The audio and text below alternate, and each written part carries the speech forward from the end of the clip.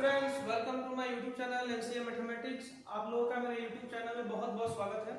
मैं शिव कुमार आज आप लोगों के लिए लेकर आया हूँ 3x3 ऑर्डर को 3x3 ऑर्डर डिटरमिनेंट्स का वैल्यू कैसे निकालते हैं। मैं ये बता देता हूँ कि 3x3 ऑर्डर डिटरमिनेंट्स को हम थर्ड ऑर्डर डिटरमिनेंट भी बोलते हैं। तो चलिए इसका सॉल्यूशन किया जाए। बहुत ही अच्छे कॉन्सेप्ट से मैं इसको समझाऊंगा क्योंकि ये बहुत ही इंपॉर्टेंट पॉइंट्स टॉपिक्स में से एक है। तो अगर ये आपको एक्सपेंड करना अगर नहीं आता है तो डिटरमिनेंट्स के आगे के बहुत सारे टॉपिक्स हैं, आपको बिल्कुल भी समझ में नहीं आएगा और ना ही क्वेश्चन आपको बनेगा। चलिए चलते हैं। सबसे पहले देखिए आपके सामने 3x3 ऑर्डर डिटरमिनेंट्स दिया हुआ है और इसका हम एक्सपेंशन करना सीखेंगे, इसका मान ज्ञात करना सीखेंगे। ठीक है, तो जब भी 3x3 ऑर्डर डिटरमिनेंट्स का वैल्यू निकालने जाते हैं तो आपको सबसे पहले क्या है कि साइन कन्वेंशन जो है ध्यान दिया जाता है। ठीक है, देखिए फर्स्ट रो का साइन कन्वेंशन कितना है, plus minus plus.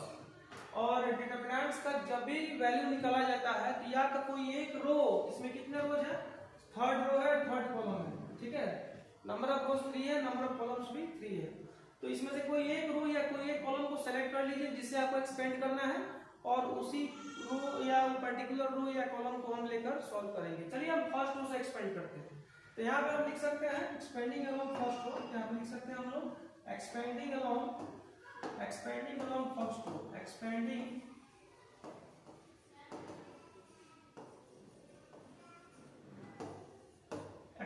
Along first row R1।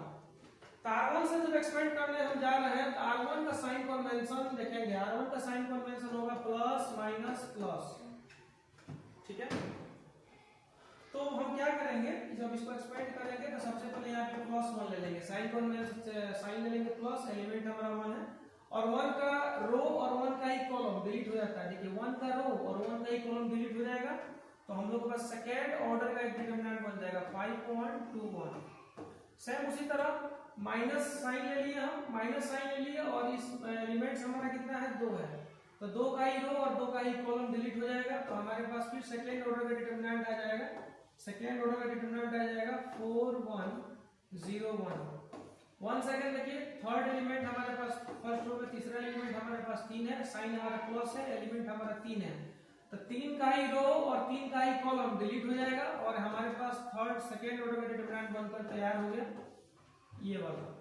चलिए देखिए अब हमें क्या करना है, आप लोगों को पहले बताया गया है कि सेकेंड ऑर्डर का डिटरमिनेंट अगर कहीं आता है तो उसका वैल्यू कैसे निकालते हैं बाबू, ध्यान दीजिएगा। अगर ए बी सी डी मान लो कि सेकेंड ऑर्डर का डिटरमिनेंट है तो हम इसको डायगोनली मल्टीप्लाई करते हैं। ए डी माइनस साइन होता है माइनस माइनस बीच में और बी इंटू सी हो जाता है। ठीक है, ये सेकेंड ऑर्डर डिटरमिनेंट निकालने का वे होता है। चलिए अब इसको सॉल्व करते हैं।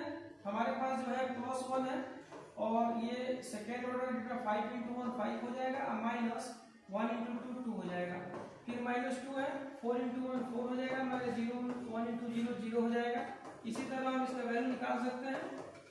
ठीक है, और जब सॉल्व करेंगे तो हमारे पास 5 माइनस 2 इंटू 4 प्लस 3 इंटू 8 हो जाएगा। तो ओवरऑल देखा जाए तो यहाँ पे आपका हो जाएगा कितना, -3 माइनस 12 प्लस 24। ठीक है, तो देखिए -15 हो जाएगा, यहाँ पे -15 हो जाएगा प्लस 24 हो जाएगा। ठीक है, तो 24 में से 15 माइनस कीजिएगा तो आपका आंसर जो है 9 आने वाला है।